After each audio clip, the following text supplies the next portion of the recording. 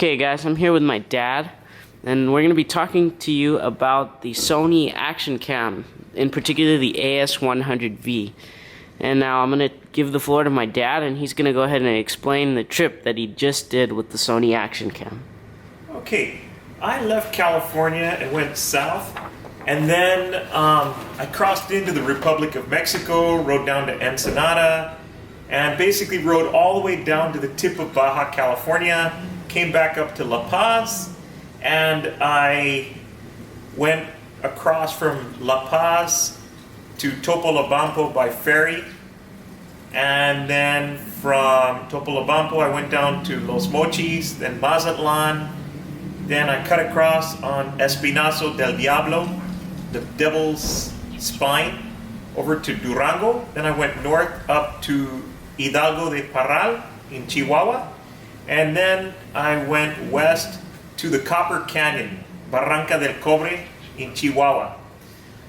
From the Copper Canyon, I did solo riding all by myself about 1,000 miles over to Sonora, Mexico, into Hermosillo. Then I went north up to Puerto Peñasco, then Golfo de Santa Clara. Then I crossed into the U.S. in San Luis Rio Colorado. And then I jumped on the 8 and then cut back across and came north of Los Angeles again on U.S. freeways. Great. How many miles was that round trip? The whole trip from here to there and back was 3,500 miles, about 5,500 kilometers. And we're going to show you guys some of that footage, so don't worry. So I'm going to ask you a couple questions about the Action Cam, and then you're just going to answer them, alright? Okay, sounds good. Okay.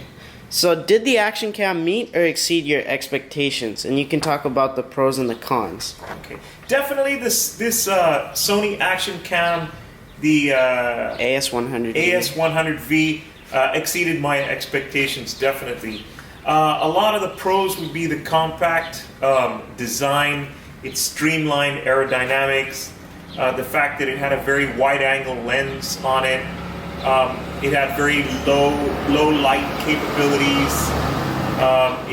It was very steady. It had Wi-Fi. I was able to mount my iPhone 5 right up here on my handlebars, and then I was able to see whatever the Action Cam was showing. I was able to see it on my screen while going down the road.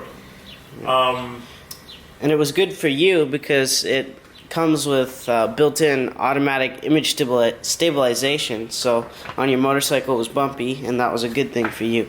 Exactly. So any cons about the camera at all? One con I would say was that I was not able to turn the camera off while on the road due to the fact that I had this camera mounted on top of my helmet, and the helmet obviously was on top of my head. It was very difficult to shut the power off. Actually, it was impossible to shut the power off while I was riding down the road. To turn the power off, I had to completely come to a complete stop, remove the helmet, and then push on the next button and physically turn the power off in order to shut the thing down. If I didn't do that, then the battery life, whether I was recording or not, the camera was kind of in a pause mode where the power was on, it wasn't recording, but it was still draining battery. So that was definitely a con. Okay, so was the battery life an issue day to day? Day to day, it wasn't really an issue for the fact that I had two batteries. So when I ran one down, I was able to charge the other one. About how long did one battery last you? I would say a battery roughly lasted in the field under actual conditions about 3 hours. 3 hours of straight recording, or was it like an hour of recording, or?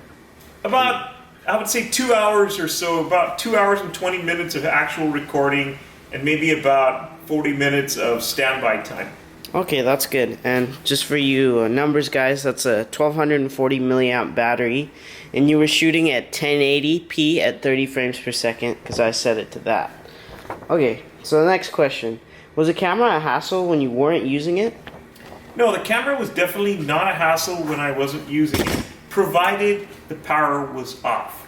The only hassle occurred was if the camera's power was on and it was up on top of my head while I was on the road.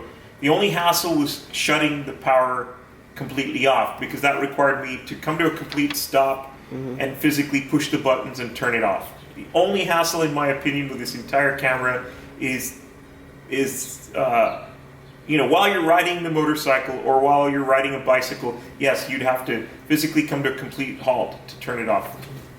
Next question. Where did you keep it when you weren't using it, when it wasn't on your helmet?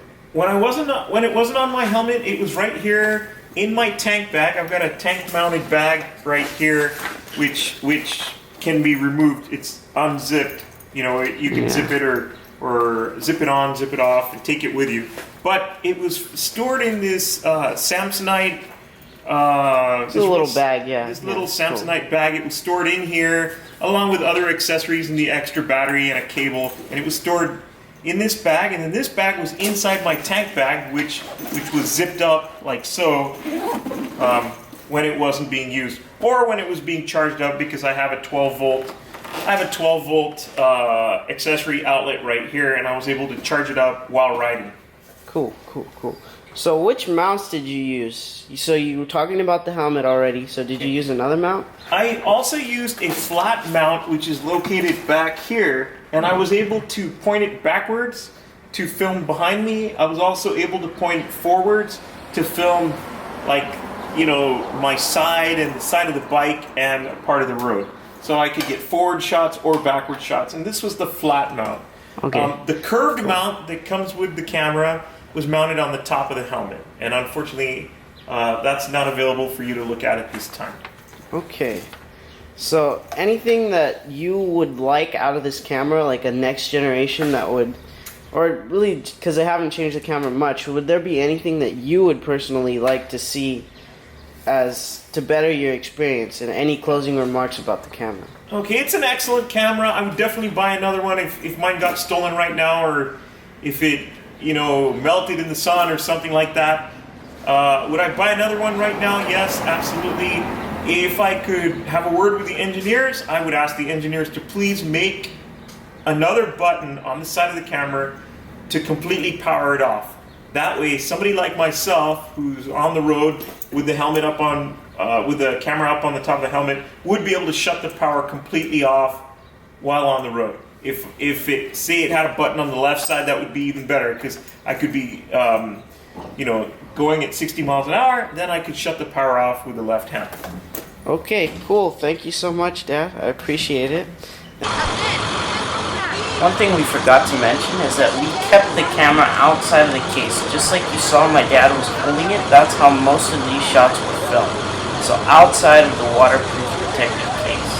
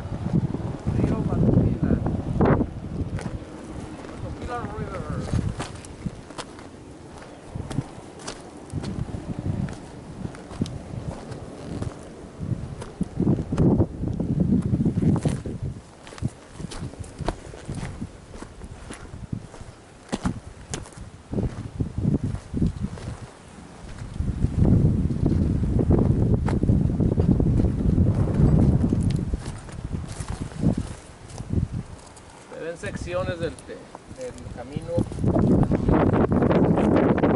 pavimentar, el cual tuve el gusto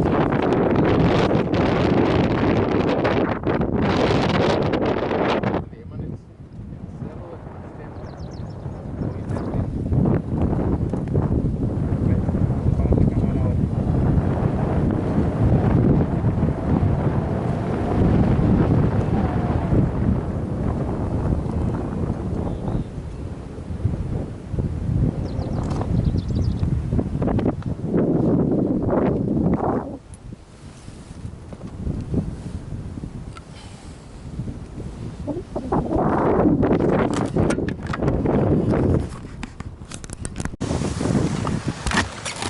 This is Cabo Pulmo in Baja California Sur, Mexico.